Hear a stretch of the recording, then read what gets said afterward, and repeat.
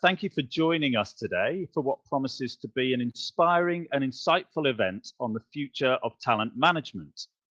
Whether you're joining us from a learning and development team, a people leadership role, or you're simply curious about talent management and learning technologies, we're really glad to have you here.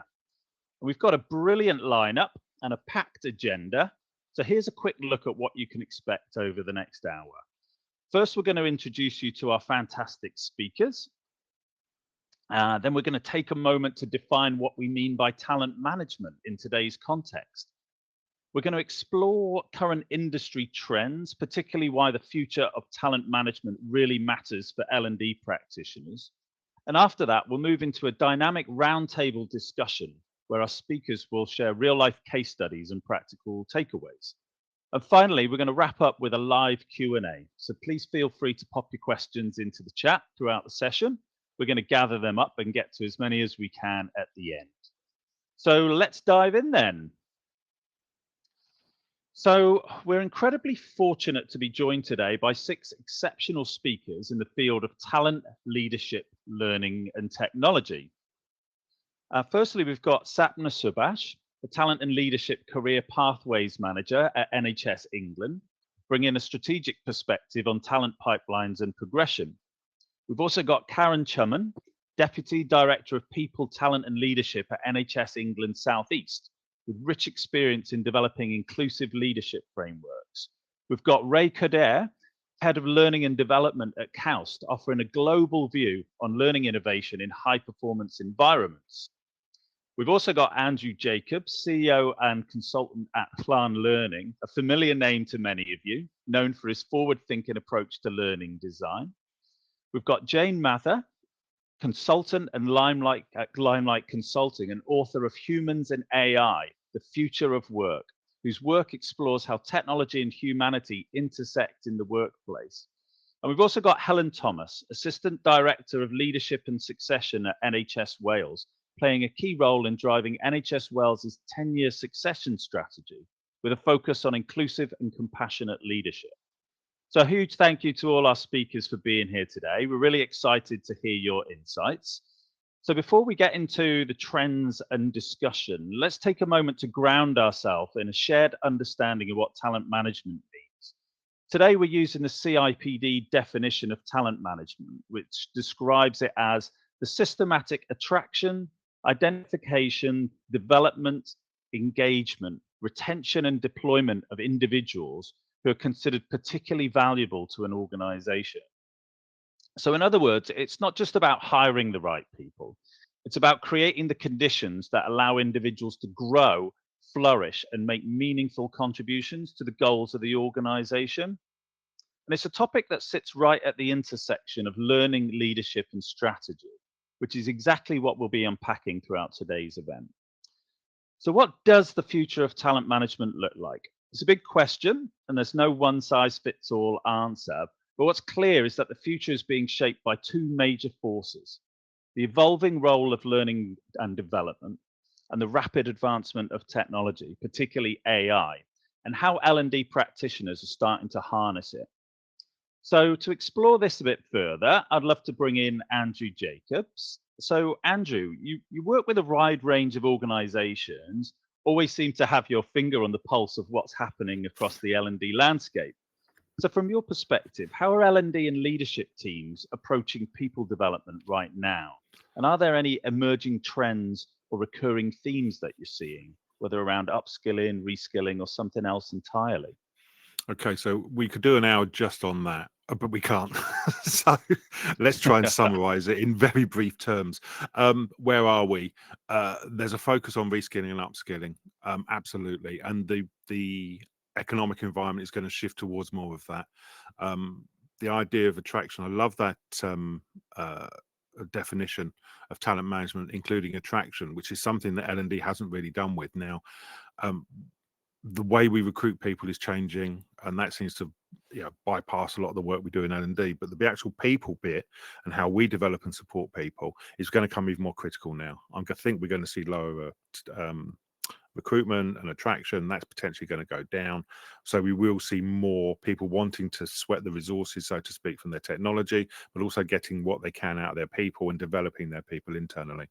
Now, what that looks like within the AI space is really interesting, because what's previously looked like is it's all been content-led, vendor-led, and so on. But we're getting to the point now where there's a wonderful phrase, BYO AI, bring your own AI, where employees are bringing their own AI to work, doing a Google search and getting a Gemini response as the first response, for example, and using AI tools for themselves, even if they're not part of the learning stack or the technology stack within the organization. So we're in a really shifting space right now where B2C products like ChatGPT are impacting on the work that we're doing, but there's not necessarily been picked up by the learning function in a way that we can use it yet. So it's a really interesting mixed space at the moment. It's very fluid, very fluid. Brilliant. So, Jane, what's your thoughts on what Andrew's discussed there, and how do you see new technologies helping organizations overcome these challenges and use it as an opportunity? Well, it's imperative. They absolutely have to be looking at technology in how they move their organisation in the future, not only to stay competitive, but also looking at the workplace statistics at the moment. Jobs are going to change. Jobs are going to change drastically. So I was reading only this morning, trying to prep myself for this. There is consensus among people like McKinsey, CIPD, the Confederation of British Industry, that up to 9 out of 10 people in the workplace are going to need reskilling for the future. And that's because of technology coming in and augmenting and changing jobs. So I have a bit of a challenge to the L&D people watching us today. And I don't want to offend people, but it is something that we have to start thinking about. So to me, I've seen L&D be quite reactionary, and that's not any fault of their own. It's sometimes the instructions they're getting from leadership as well. So the challenge goes out to them too. But what L&D are really good at is solving problems, impacting current performance. But when it comes to reskilling, we need to stop thinking about what skills people need for the jobs they're doing now and start in small steps, in increments, to looking at how we're going to be reskilling people for the jobs of the future. And the future of work is the buzz phrase at the moment, but it's a now thing. We need to start taking those steps to look at how we reskill people. Going on to what Andrew said there, with the people who are bringing their own AI, those are your early adopters. So we need to be sharing that knowledge, sharing that insights into what people are currently using and how we can take those use cases, take those benefits and spread that throughout the organisation. And then, look at how you can have a bit of a toolkit. So creating some citizen developers, for example, in the organisation, and really look to how you can take those benefits and build on it and get a bit of an army going in how you're going to be utilising the latest emerging technology to solve problems in your business. That's great. So some important things to think about then for L&D practitioners out there. Before we get into the Q&A with our expert panel, we're going to take a quick poll from the audience and ask you to cast your vote on your thoughts. We've got a question we want to ask you, and the question is: do you see AI as a challenge or an opportunity when it comes to developing your team's talent? So if you can pop your answers then in the poll, and let's see what we've got.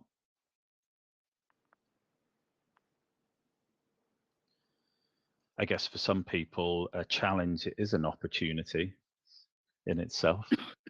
But it's interesting to get a temperature check now and see what people's sentiment is towards this, whether it's a threat or whether this is something exciting to get on board with. Can I just Okay. point out the Sure. the one person who has said, "I need to understand more." Congratulations, and do we really understand what it can do? I think that's another whole question, which I'm sure Helen and I could have a long conversation about what we think in terms of these different AI technologies. It's not all just one product. So I think it's a lot wider than that. But I love the fact one person's been honest enough to say, I need to understand more.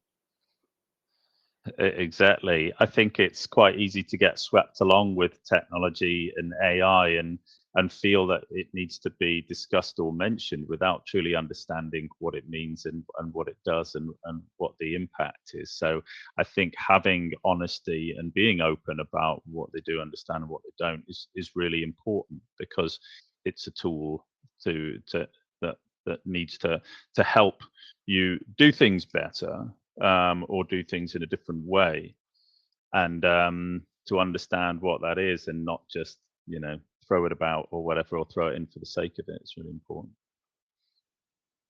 Cool. Okay, so we've got a bunch of answers back. It seems like we've got a pretty close split between the most popular response here, which is both a challenge and an opportunity. So a bit of both, a mixed bag there. But we're also seeing plenty of answers there as mostly an opportunity. So the sentiment there is there's a bit of both, but they're seeing the positives and a possible opportunity there. And hopefully we can explore a bit more now with our panel. Great. Okay, so our first question then is around new technology. So the question is to Ray first. With the mention of new technologies, do we think AI can genuinely serve as a career development coach as part of an L&D and talent strategy? So what's your thoughts on that, Ray? Yeah, no, thank you for having me. And I think it's a really good question, because if you think about, what's the purpose of a coach? A coach is to help you see something that you are not sort of able to see yourself, right? So we have coaches as managers, we have career coaches, right? And at every level in an organization, you sort of need this. So if you're an individual, that ability to kind of better understand your strengths, areas for development, how you're showing up, what you should prioritize, right? This is where AI can be a guide, a coach, by helping you either proactively find the thing you want to find in a more straightforward, streamlined way, right? So whether advanced search features that kind of can pull and help you synthesize data more effectively, a lot of the new AI tools that can really synthesize a video, or give you kind of bite-sized learning, or serve as a bit of a literature review. At the same time, it can also provide a bit of a coaching to actually look at the wider metadata that it has access to, and we were using AI, for example, to pull in different types of assessments, to pull in types of learning input, feedback, activity, to help you kind of walk through how you're showing up in the way that a coach who does a 360 would, or giving you. So there's this individual piece that I think AI can serve as a way of complementing as an individual trying to find what they need to do, but also giving them kind of a feedback loop, and helping walking them through it. A really good example would be, having gone through an assessment, the ability to kind of walk you through the assessment based on whatever parameters are set against an existing population, recommend learning, kind of bring in other data points that were brought into the AI to kind of be your own sort of learning partner. There's a huge opportunity there. But I think you would even roll it up further in having a coach at all levels, for managers to have the AI to be able to look across their team and to say, okay, based within your team against organizational benchmarks, here's kind of what's aberrant, what's an outlier, here's kind of where you're aligned, here are things you might do or recommend. And then even at a senior level, right, more of a helping senior leadership understand organizationally what's happening with data and with learning. So L&D, using AI, being that ability to help an individual drive their own sort of growth and learning, their career, as you suggest, but also at every level, at a managerial level and at a top-down level, right? Having the same access to the same sets of data, but actually curated in a way that helps decision-making and empower learning. And for our own approach, really tailors learning precision. So we can say, what people need at the point in time, and it's sort of, known across the organization. So I think it has a tremendous potential. And I think it is, I agree with the folks here, it's both a challenge and an opportunity, but I wouldn't limit you from kind of beginning to intervene, right? So there are lots of tools, even embedded, I know we use Thinqi, And that ability to give people, better access, better sort of guidance on an assessment or the types of things that we build, that actually begins to make AI as a partner. And I think then you start to experiment in a real way. That's a really, really good point. Accessibility for coaching. Coaching can benefit people from all levels of the organization. Everyone could benefit from coaching.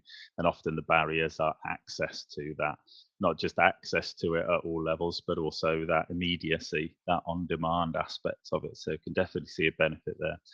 Any further thoughts, folks, around use of AI to support coaching as part of a strategy? Okay, cool. We can. And I could give sorry, a Ray. really quick example. So for we have designed these manager feedback assessments, and it's a bottom up survey, right? So each manager gets feedback from the direct report. Right? That gives the individual feedback, and AI can help where they are in relation to it. At the same time, it gives their domain leadership a dashboard that can actually see what's happening in real time. Should they be concerned? Should they not? So you can have one activity, but actually how you design it and curate it can actually really meet a range of distinct needs for individuals. So the individual is satisfied, but then also managers and senior leadership can also understand what's happening in the system. So AI can really be a coach for individuals as well as for the wider organization. Great. Yeah. Karen, what's your thoughts on that? Yeah, I think those really great points. And I think the other thing that AI can give us is that ability to actually say something out aloud in a coaching space that sometimes we don't feel comfortable saying to another person. And often you'll find this with workforces who are facing burnout. Sometimes the first step is just saying it aloud and having a response, but they might not want to say that to another individual. And so we've seen a lot in the healthcare profession of a rise of using AI tools to be able to be the first port of call to actually say something that is so uncomfortable around moral injury or burnout or fatigue, and having something respond to them around that. And that can then lead to wider support in other coaching and counselling spaces. And I think we haven't really looked at it as a tool in that kind of person-centred way yet, but there is that real opportunity of it being a first step to gaining help with the pressures of a work life in a context that's highly volatile and ambiguous and stressful. What the world of work is stressful now, and AI tools can help alleviate that sometimes. That's really fascinating, actually, that breaking down of the barriers and of people being able to converse with seemingly a neutral party, whereas they wouldn't open up necessarily in a human-to-human environment. If that leads to better outcomes, then that's a good thing. Okay, great. Well, let's take a look at our next question then, is how can organizations balance AI with the human touch, especially in talent management, which is so focused on developing people and unlocking their potential? I guess we've just touched on this already, but Karen, what's your thoughts around this? Yeah, it's a great question. I think realistically, we have to remember, as you said at the beginning, AI is a tool at the moment. And I say at the moment for a reason. And so it's come in waves. So we've started with this tool that's around really efficiency, I think is where we started, that ability to automate machine learning, language, generating insights from big data. And at that point in time, we're using the tool really, if we were thinking in a person-centered way, about freeing up our workforce time for them to be focused on other people. But we're moving into new space. So we're moving into generative, where it's like looking at content. And actually, again, we need that human touch in terms of person-centered design. Who are we here to serve? What is that for? And eventually we'll move into this space where AI will be able to make judgment and decisions.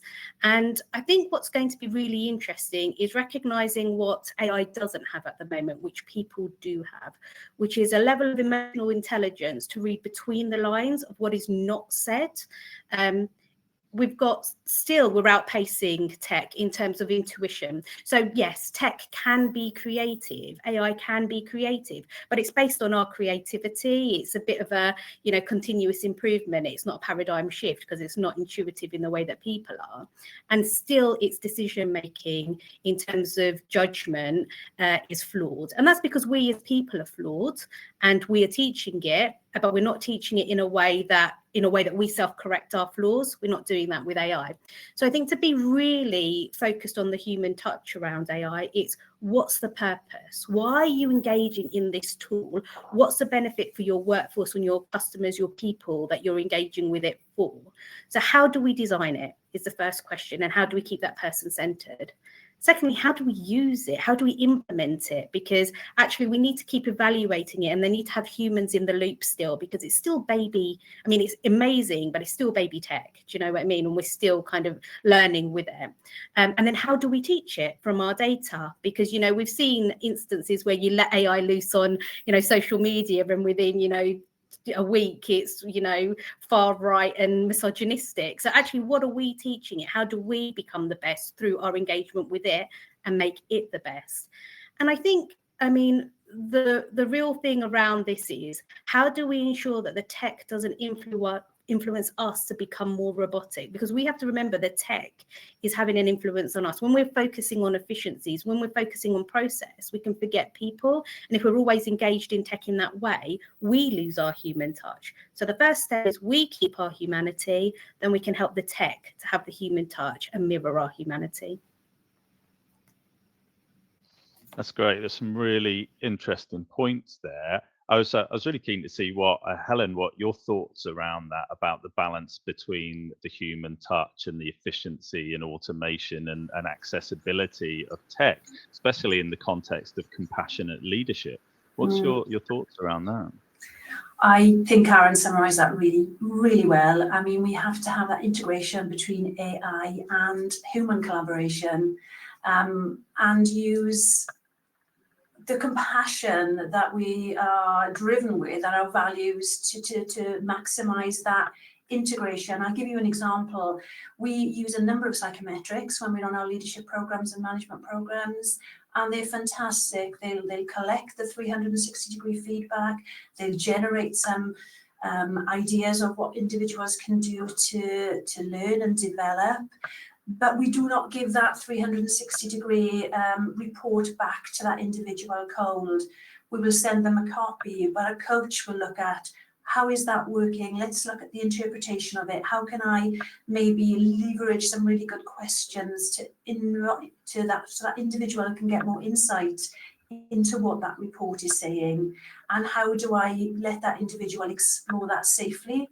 I think giving a report that's completely AI generated from a series of 360-degree feedback or competences, without that integration of human touch or human centricity, can be quite isolating, can be quite perhaps demotivating for individuals who might read it one way, and we need to explore it. So totally with Karen, I think it offers huge potential. It will involve, it will give opportunities for individuals to have accessibility where we perhaps haven't provided that previously, but keen to connect and keep that human-centric approach fused with AI currently. Great. So Jane, with these insights into balancing humans and AI, what sort of guidance would you give to organisations who are just beginning to take steps along this journey and explore AI in their L&D strategies? Well, I'm so enthused that we're all on the same page about this. AI does have absolutely huge potential, but it's about, just because you can doesn't mean you should. It's always thinking about what is the best use for it and where do I still need humans. So, for example, leadership development, for example, as Helen was just talking about that. We're not going to be able to get leaders to be inspired by any kind of robot, inspired by any kind of generic AI coaching. But what we can do is give them lots of data, lots of feedback and examples using AI. And then it's about bringing people in then, but we need people still to create a positive culture, to give people that feeling of being valued and belonging. So it's about having that seamless collaboration between AI and between people and using the strengths of each. So there's great tools out there that are looking at coaching now, and we need to make sure that those are being used to give people that feedback loop, and directions for the future. But I can also predict as well that everyone's going to actually have their own personal AI. I've seen lots of use cases at the moment of AI being used to transcribe meetings at the moment and really quickly summarize actions, which is a fantastic use case for AI. But in the future, we're going to have real-time coaching through AI. And I can just imagine, and I'm sure you can all think about people, I'm thinking about myself here. I can imagine my AI coach popping up and saying, actually, Jane, you're interrupting people a lot here. Or, you know, it could be about the people in the meeting room who aren't speaking and you need to bring those in more. Or it might be, actually, the subject you're discussing, here's some data on it, or here's the decision we made in the last meeting. So there's some great tools out there for coaching people now on the current data that we have. But absolutely, I predict everyone's going to have their own personal AI and be able to get that real-time coaching coming in. And that's another great use for it. That's great. And Ray, yourself and your organization we see as definitely at the forefront of utilizing cutting edge technology to implement in your L&D strategies. What other, you mentioned about how AI can support coaching. What other scenarios in the L&D space are you looking to use AI or have already had some experience of using AI of that you can share with the audience? No, it's a great question. And I agree a lot with the other speakers. I mean, I think one of the biggest challenges organizations have, and I'm sure everyone on this call has it, is that the ratio of HR business partners, right, L&D or talents, kind of key arbiters in the environment versus employees, and is very, very, disproportionate, right? I don't know how many, we have a poll, but like, I know in our organization, we have 4 or 5 for thousands, right? So often that we have to really empower and train our managers to be able to, develop people, to guide people, to see what's happening in the system, right? To feed up, to feed down. And that's often a real challenge, especially when, organizations are dynamic. There's a lot of data points. There's not a lot of time. There's a natural sort of inclination to be reactive. And so I think there's tremendous potential, not just in supporting individuals, but actually in really empowering and equipping managers to better understand what's happening in their organization, to be able to understand happening for individuals, and sort of build that sort of capacity to more effectively intervene. And so we've been doing a lot of this by helping generate information data. So sometimes it's things like pulse surveys, sometimes it's skill assessments, other types of assessments. We have leadership simulations. Part of the goal, of course, is giving that feedback back to the individuals, but actually what we're really trying to do is equip our managers using AI with that ability to kind of better synthesize, understand the key points, take action. And so I think there's a lot of tools that can, at a very basic level, if you haven't done this, can really synthesize a mix of qualitative and quantitative data. So if you have regular culture surveys or pulse surveys, that ability to bring it back down to an individual manager and org a function, say, here's what's happening. Here are the key takeaways. Here's kind of what's happening with your people, right? Often that's a gap that, an HR partner would go and sit down and walk through. And it's not that you don't need the human element, you do, but it's not scalable. So if you can build this sort of insulation or that layer in to say, we're actually giving our leaders real-time information that helps them understand what's happening in a system, helps them figure out what they should prioritize, not prioritize, who they should talk to and not talk to. Even on the skill development piece, we've used that to really work with organizations now. They have dashboards to where they can say, okay, like, these are the things that we want to prioritize. These are the things that we don't need to. That frees up their own ability to more effectively coach and guide people. And so I think it goes back to AI being ability to synthesize data, to make it more accessible, to give recommendations. But in doing that, you're essentially training and upskilling your managers to be able to use it as their own tool. because our partners are not scalable. And we've tried to do this in a range of ways. We've actually pulled function managers together and had the partners kind of help them kind of learn how to do this. But I think that is the future and the goal, because there's so much data that can be really valuable for managers in supporting their people upward and downward. But if they don't have the ability to interpret it, to use it to be more effective, it just becomes noise. That's great, really insightful. Thanks, Ray. So Sapna, what's your thoughts then about what's been discussed here about the balance of the human thing, but also the empowerment of people and managers and even leadership to get a picture on what's going on? Thanks, Steve. And it's just as Jane said, it sounds like we're all on the same page and we're all trying to, progress AI as a tool where we can. I was just thinking about something that Jane and actually Andrew mentioned earlier on. Andrew, you talked about bring your own AI to the conversation and to work. And Jane, you mentioned how there's already sort of AI tools available that people are using, and it was just my thoughts on people are using it. They want to use it. And it's how do you leverage some of that users out there to help support organizations, similar to what Raymond was saying about providing that data. So you've got people out there, and I guess my perspective is on operationalizing and perhaps getting it into organizations, making sure that you have that human-centric sort of approach along with using AI as a tool, right? And how do you do that? You've got people in the organizations who are actually using AI. How can you harness that as a resource and as a powerhouse to help you shape how you use AI within your organization?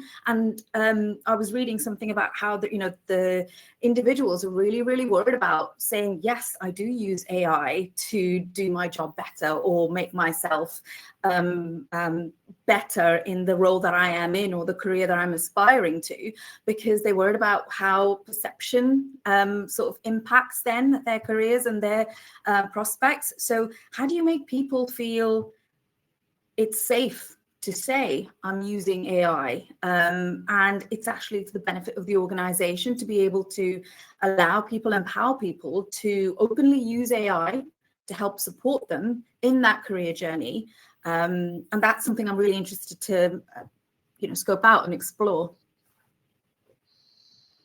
That's great. Thanks, Sapna. So Andrew, what's your thoughts on that? I think it's a brilliant question. Thank you, Sam. It's a superb question, because it goes back to this issue about power, control, and influence within the organization. So think back to when we had mobile phones. When they first came in, couldn't use a mobile phone at work. It might be seen as unfair, etc., etc. Just because your mobile is a status thing that went around it, only senior managers got mobile phone to start off with. It's a similar kind of thing. So there's this fear that people have about not using the technology because it might be seen as wrong. But we're in a really different place now from where we were maybe 20, 30 years ago when mobile phones came out. Now, we're at an age now where a graduate joining your organization is younger than Google. Okay, just let that pause for a second. Now, don't we all feel old? I can see the smiles. Don't we all feel old that a graduate is now younger than Google? So we're in this place where people are, to quote Dave White, Oxford University, he talks about digital residents, and they're digitally resident.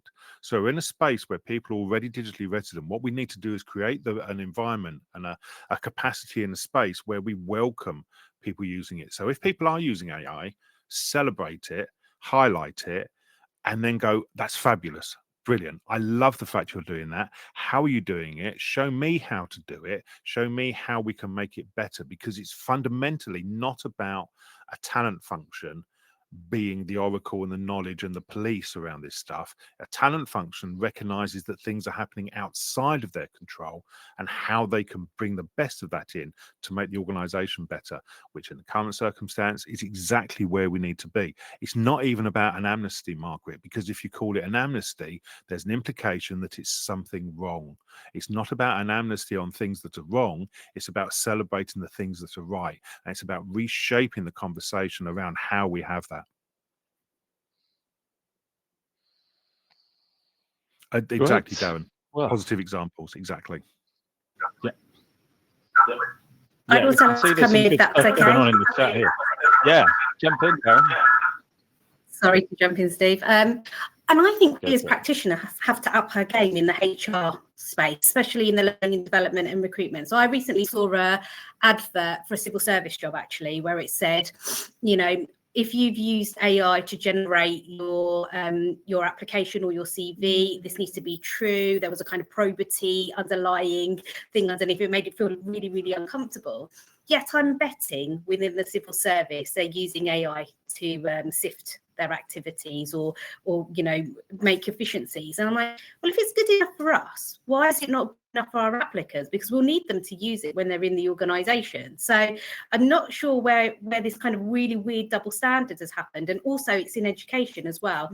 You know, if they're using AI to help them write their essay, that's fundamentally bad and something to be penalised. We don't say that about spell check or word count or these tools that we use every day. So I think it's about shifting it, you know. So maybe the answer is, you know, for an essay or a skills check, you write your first one on AI, you bring it in, you counter argue it to say what's missing out of it, or in the application it is written with AI, but you need to check it, and then you need to be able to do a really great in-person interview or do a skills assessment or do a task that shows you're really suitable for the job. So I think we have to think more creatively, because people will use those tools, and we need to find people who can use those tools, because, you know, in about 5-10 years time, we're going to be dependent on this skill set in the economy, in our workforce. That's great. Well, I think that leads us on then to our final question of this section, which is about, you know, you mentioned about the 5 or 10 years time. Let's take a little look then, how you folks are feeling about the future of talent management. What are you excited for? And what can we expect to see in the next 12, 18 months, 2 years, 3 years, in terms of career development and AI? How do you feel it's going to go? Let's start with Helen, shall we? Thank you, Steve. I'm probably going to talk about something that might cut across my NHS England colleagues, so bear with me, but I'm really excited about the management and leadership competence framework that's starting to emerge, that we hope to take across NHS England, because that will for the first time provide a clear code and framework for managers and leaders, but with the categories of skills, knowledge, attributes, behaviours that is needed to lead and transform services across the NHS now and into the future. I'm particularly excited because that will come with some underpinning curricula as well as statements, so we can take that well-defined, well-engaged, evidence-based data that we have, convert that into a framework, and then we can make that framework available to people at all levels. So, you know, whether you're an emerging leader, going into your first-time job, or whether you're an executive leader, there will be a curriculum or a range of statements and competencies needed for you to demonstrate. And AI, or certainly digital capability, is part of that framework, along with culture and curiosity and how do we make things differently. But I'm really excited about having that now, because it will push us to use AI. It will push us into a means of, well, if we've got a competence framework, how do we let our staff use that? How do they demonstrate their competence? And then how do we double loop that back into performance, efficiency, and better patient care? So I think the emergence of this framework is really going to push us down the AI, or certainly digital capability framework, at a pace that we probably need to go, and possibly then aligning that with the culture that we need to have. So the timing looks right, the AI is available. I think we can see lots of things happening in the next 12 to 18 months that would be really positive. That's great. I guess then over to Karen. What's your thoughts on where that's heading, and what are you excited about then over the next 12 to 18 months? Yeah, I mean, I thank the shout out for the manager regulation bit there. I think the other thing that's really linked to that specifically is there's real thought for the first time in industry around how do we use AI and tech to enable us to accomplish what we need to do in the learning development space. So I've literally just come out of a call around manager regulation, and we're like, well, how would you ensure that modules are out there? How would you, think about interactivity? How would you do learning and development content? And all of those conversations have been underpinned by tech, digital, and AI, and that is only being strengthened by some of the position of government. I mean, sometimes it is difficult because you can hear them talking about efficiency gains, but I think within that is some real interest where you can do the creative, the better for our citizens type activity, more interactiveness, as Helen said, more accessibility. When you start having the AI conversations, those conversations go with it. And that just is a better conversation for society because it brings all those things around bias, inequality, accessibility, quality of life back into the conversation just by having the conversation about digital. So I think it's a really exciting time if we can grasp the benefits while also making sure to be aware of the unintended consequences, because that's the bit I think sometimes if it's not our lived experience, we don't always see it, but with anything that's new and exciting, there's always the potential for unintended consequences in the system. Right. Thanks, Karen. So Ray, what's your thoughts in terms of how do you feel the way it's heading over the next 12 to 18 months? And what do you think we can expect to see in terms of talent development and AI? I think we're going to really see some fundamental, in some ways, seismic shifts to the workforce, to how we use people, how we move people around, right? The core classic talent management, how we recruit people into the organization. There's a bunch of recent research coming out of Joseph Fuller's group at Harvard Business School. They study sort of workforce development. And what they've been looking at is what's the implication of AI on how organizations are going to have to start thinking about organizational development and talent management. And what they've concluded is that individuals who are expert, mid to senior level, are actually going to get stronger. We're going to be using AI to do things to help us be more efficient, more productive, do things that we ordinarily would use more junior staff to accomplish. And I'm already seeing it, right? The amount of work I can use with a GPT now to synthesize data, to write reports, to draw insights, I don't need to farm that out.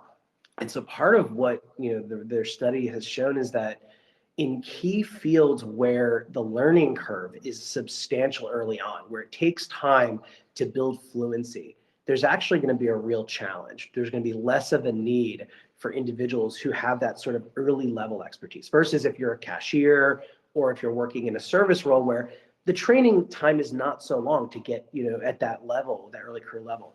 And so what that means organizationally is that we're really going to have to start thinking about, as we recruit people in, how do we either ensure they have the right understanding of AI so that they can rapidly, upskill, or equip them organizationally to where they can begin to bring real value and expertise at a higher level and not have that long lead time in those areas. And that's a real challenge because, I'm in my early 40s, there will be experts, kind of beginning to phase out of organizations, and yet we have to make sure people have the right expertise, don't become over reliant, but know how to use these tools, as all my colleagues on the call have said, in a way that's effective, that's useful, knowing that the tools themselves are rapidly changing, right? 2 years ago, OpenAI, right, that was learning how to think about a prompt, how to think about data privacy. Now it's all the different tools that are available. So there's a fluency organizationally that needs to happen, but also how we think about opportunities internally, how do we move people around, how do we cross-train,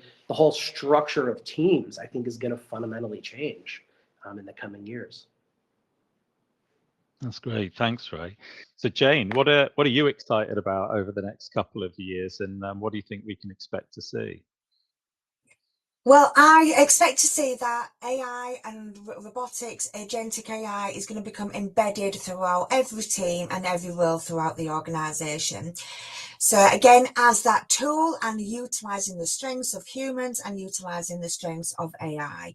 But it also creates a different dynamic for managers as well. They're going to need new skills in their team. They're going to be managing humans, and they're going to have robotic workers or agentic AI within their team working towards the same goals. So that kind of gives us new skills that managers need on being able to seamlessly assign the work to the right people, and using data and data science to make sure we're monitoring the performance of both AI and humans. So I hope we get to see that, absolutely.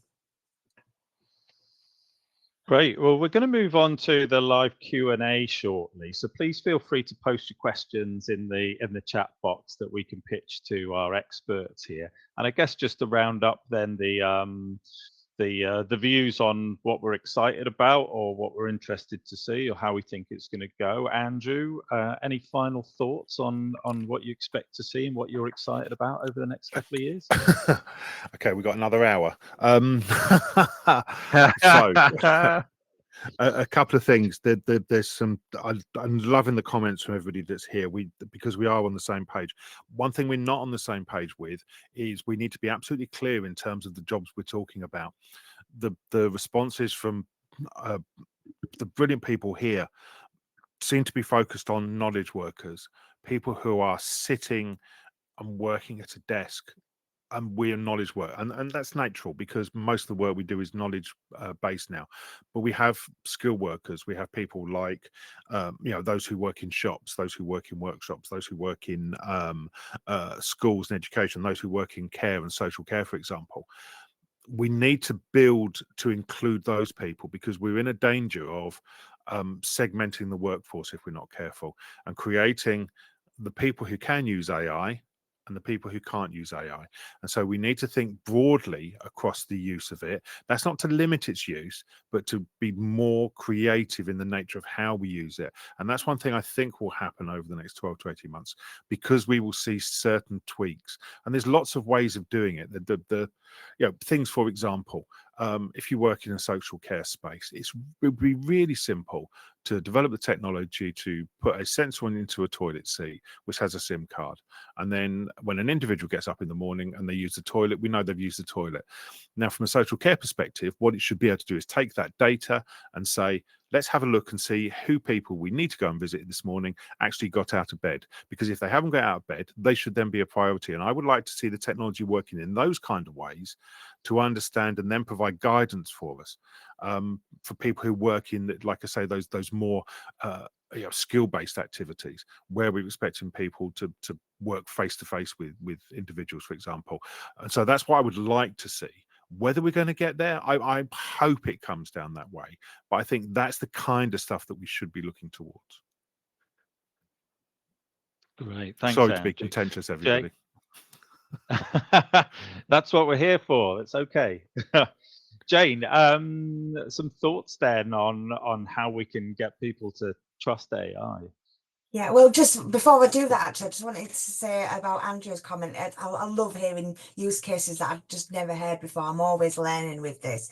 But it goes back to what we talked about earlier with, 9 out of 10 people are going to need reskilling. And that's it. Every single job will change, whether you're a plumber, whether you're a knowledge worker, whether you're in social care, whether you're working in a factory. And, we need to make sure we are putting the reskilling in place for that. But yes, I think this is where my kind of expertise is. It's about technology adoption and about overcoming resistance. I've been there from typewriters to social media to email and mobiles, and I've been conquering resistance every step of the way. And the first thing is that we need to start by gaining people's trust. So your workers in your organisation, we're going to make sure they feel the impact first. So we don't come in talking about, I think it was Karen said earlier, efficiency savings. If we come in talking about we're going to get cost savings and efficiency savings, then we're going to straight away make people feel that fear even more. As soon as people hear cost savings, they worry about their jobs. And the media and all the discourse at the moment is, are the robots and is AI going to replace us? So we start by gaining people's trust. Now, AI is a productivity multiplier. So your revenue and your efficiency and your output, that will come, and I can promise you that will come by using these tools. But we start by impacting the lives of our workforce by getting their buy-in. by removing their trust and assuring them that it's going to be human-centric. We're going to start small, but with big impact for them. We're going to make sure that AI is a tool to accelerate their roles, to save them time, to create more time for them to do meaningful work, to have value, to be able to spend time on that reskilling. So start by gaining people's trust, getting their buy-in, getting their ideas to the use cases, the people who do the work, and the best people who can tell you the opportunities that there are for using automation and AI.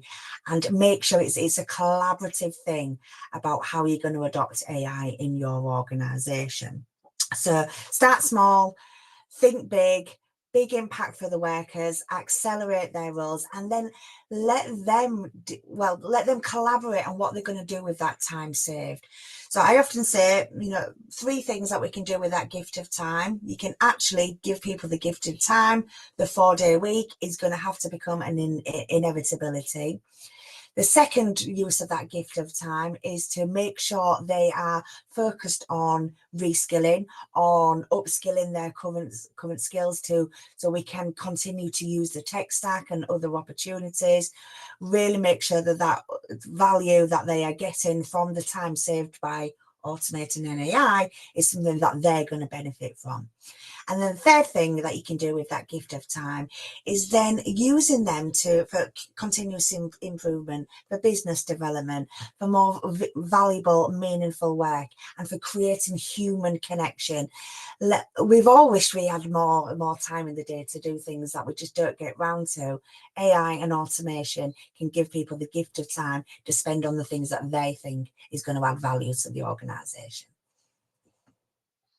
That's great. Thanks, Jane. Really insightful in ways that we can start to accept the technology and then build trust with it by practical application of it. And I guess on that theme, we've got a question from the audience, from Gemma. What can we do as L&D and HR people to upskill ourselves on this topic? And I guess that's back to the poll of I need to understand it a little bit better. And I guess we've all already, as part of our practice, got our heads around it a bit more. And there may be people starting off on that journey. What sort of steps could they take? Does anyone want to jump in and give some guidance on the first steps to upskilling and familiarizing themselves with what AI can do in this context? I can jump in just quickly. I mean, I think if you aren't actively using AI, so many new tools now, and there's so many new approaches, it can be really daunting. So I would actually focus on what are 1 or 2 use cases organizationally within your teams, within your own job, that you actually think you could do better or actually could use help with. And then try to find and experiment with the right tool to allow you to do that. I mean, I think we all talk about AI as if it's been around and we're using all these tools. This is such a nascent kind of field and a nascent, especially with publicly accessible tools, everybody's experimenting. And so, you are as much of an expert, having just done it for a few hours than many of us. So that ability to kind of find a specific task and then begin to kind of get comfortable with using it and see what works. And that also builds the trust that my colleagues were mentioning. And give you a really good example. You all have access to probably lots of data from assessments, from culture surveys, right? How much of that is often kind of used, right? So, get a GPT, make sure your data privacy is in line with it, do whatever you need to do organizationally, but then actually use it to draw some insights, build your ability to ask prompts, right? Integrate it with a tool like Power BI to give you, begin to do your own kind of homework, build your understanding of, but do it in a way that helps you with the work you're doing on a day-to-day basis. What you'll naturally start to do is then extrapolate and say, well, actually, if we were to use it in this way, this could help us with this other use case. This is essentially what's happening. There's lots of tools, but unless we're clear on the use case and the value add, it just becomes another sort of technological sort of artifact. That's great. Yeah, really useful, Ray. Definitely having a context and a utility for it, as opposed to how can I use this technology for the sake of it, is a great first step for people wanting to familiarize themselves with it. If I could, Anyone if I else? could, I'm just Yeah, gonna say if I jump could in, jump in Andrew. here. So that's a brilliant description, Ray, of how we need to work on it. One of the things I do, who knew, with a microphone like this, that I do podcasts. One of the big things that I hear from people is we can't get good sound on podcasts, so that's why we don't do them. So that's the business problem. Did you know if you've got Adobe, there's a tool called Adobe Podcast? You can upload sound into Adobe Podcast and it will work out how much background noise you want to keep between 0 and 100%. And it can also clean up the voice between 0 and 100%. You don't do 100%, trust me, it sounds completely weird. But you can put it into that tool. Now, you're not going to use the tool just because you can. What you need to do is to have a use case for the tool. And you're absolutely spot on, Ray. You are absolutely, what's the problem you want to fix? And then look for how tools can do it for you. And you're absolutely 100% on there. I think it's so true. So for me, I mean, the thing is, well, how do we, need to upskill ourselves on the topic? Make a list of the niggly problems that you've got, and then just starts doing some investigation. Talk to people like us about, well, how do we do this better? And that's where you will start to move and upskill yourself. Understand it from the performance perspective, not the learning perspective. If you go in and say, I want to look at the tools because I want to make learning better, it's not going to work. If I want to go in and look at the tools because I want to make performance better, then you will get a much better experience from using them. That's great. Thanks, Andrew. We've got a couple of other questions here. So one we've got is, do you think it'll be easier for people to progress in their careers with the use of AI technologies? Or will everyone end up on a level playing field with lower performers becoming as productive as higher performers? Any thoughts around that?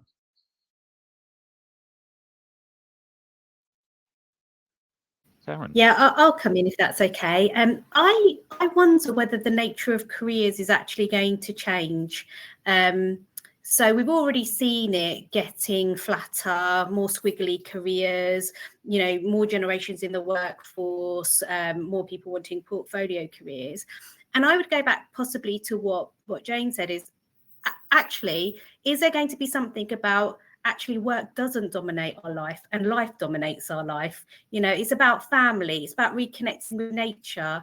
Actually, you're super productive at work and that frees up your time to live your life with however you want to do that, with your family, your friends, because the last tech innovation actually chained us quite nicely to our desks with computers and 9 to 5 working, very machine orientated type cultures. And I'm wondering whether this wave might actually free us to be much more in our space doing other things.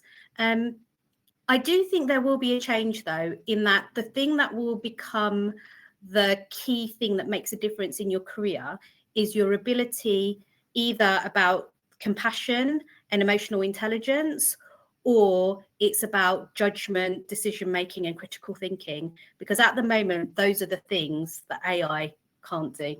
And so they may be the things that keep us different in our careers. If I can chime in on this, because I agree. And I also do think, though, that one of the consequences, and this comes out of even some of the studies I mentioned with Joseph Fulder's group out of Harvard Business School, is it's going to make high performers in organizations even more high performing. And I think there's a risk that it could actually create a gap.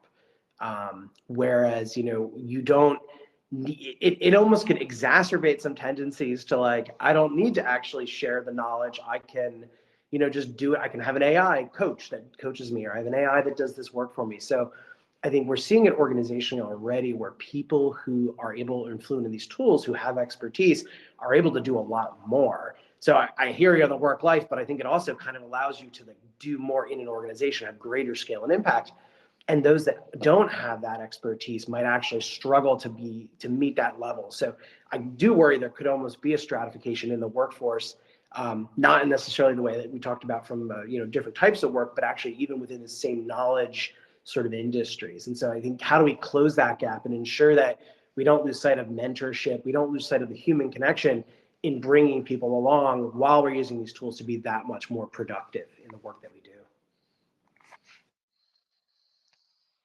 Okay, great. Well, I think we've just about run out of time for questions. We're going to have to probably draw it to a close, which is a shame because it seems that we're all still brimming with stuff to talk about here. But any questions that we didn't get a chance to answer today, please feel free to connect with our panel here on LinkedIn for more insights. And we're going to be continuing these themes at this year's Learning Technology Show at XL, which is towards the end of April. And Ray here is actually going to be there speaking at the conference as well. So please engage, come down, or if you're already coming down, come and check it out. We'll carry on these discussions. But yeah, a big thank you to all our participants today. Thank you so much for joining us. It's been terrific just getting you all here together and being able to talk about this stuff. But I could stay and chat for hours with you. It's been fab. We've got the on-demand version for people who couldn't make it today, so you can grab the recording. And we've also got a download for an expert guide on AI-enabled talent management strategies. So keep an eye out for that. I think pop-ups just come up, so grab that and download it. But yeah, thank you everyone for joining us today. And this is the start, not the end of this discussion, I'm sure. And we really look forward to speaking to you all again soon. And thank you everyone for joining us as well in the audience. Some really great questions, some really insightful discussion. It's been fantastic, really rewarding, and hope to see you all at the next one.